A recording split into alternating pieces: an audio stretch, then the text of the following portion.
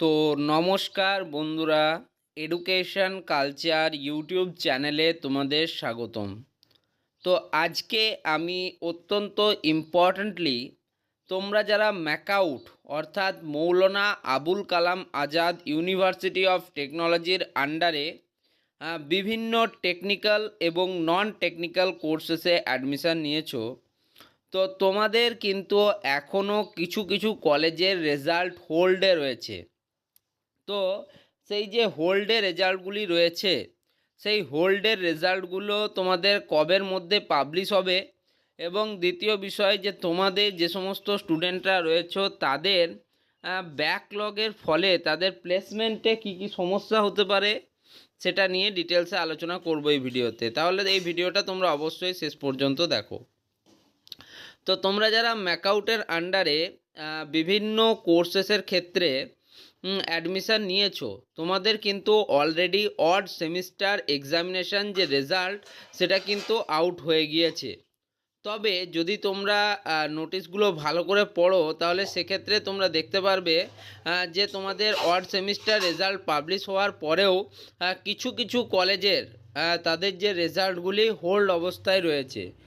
তোমরা যদি এই যে 10 তারিখের যে নোটিশটা ম্যাকআউট থেকে পাবলিশ করা হয়েছিল সেই নোটিশটাও তোমরা দেখো, তাহলেও তোমরা এখানে দেখতে পাবে লেখা ছিল যে result of some colleges are kept on hold due to administrative reasons.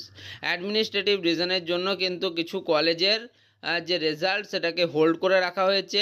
And the colleges are advise to contact this office in this matter, এবং সে বিষয়ে সেই সমস্ত কলেজ অথরিটিকে তাদের যে কলেজগুলি রয়েছে ইউনিভার্সিটিতে তাদেরকে যেতে বলা হয়েছে।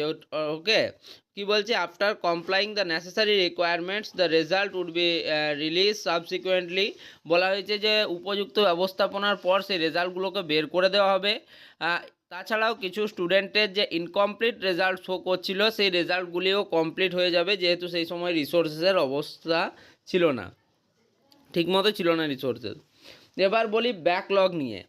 তো দেখো, তোমাদের যাদের বিভিন্ন সেমিস্টারে ব্যাকলগ এসেছে, তো তোমাদের ব্যাকলগ নিয়ে খুব বেশি চিন্তা করার দরকার নেই। তার কারণ তোমাদের যে বিভিন্ন প্রসেস পিপিআর বা পিপিএসের থ্রুতে তোমরা কিন্তু তোমাদের রেজাল্টগুলো রিভিউ করাতে পারো, এবং সেক্ষেত্রে তোমাদের কিন্তু পাস করে যাওয়ার একটা সম্ভাবনা থাকবে যদি তোমরা ভালো এক্সাম দিয়ে আসো। যদি তোমাদের দেখা যায় যে ভালো এক্সাম দেওয়ার পরেও তোমাদের কিন্তু ব্যাকলগই রয়েছে, ব্যাকলগটা সরলো না, বা তোমার রিভিউ করার পরেও কোনো চেঞ্জেস হলো না, তাহলে আমি বলবো যে নেক্সট ইয়ার তোমরা কিন্তু সেটাকে ক্লিয়ার করার চেষ্টা করো এবং ভালোভাবে সেই সাবজেক্টটাতে জোর দিয়ে আরও ভালো করে এক্সামিনেশন দাও।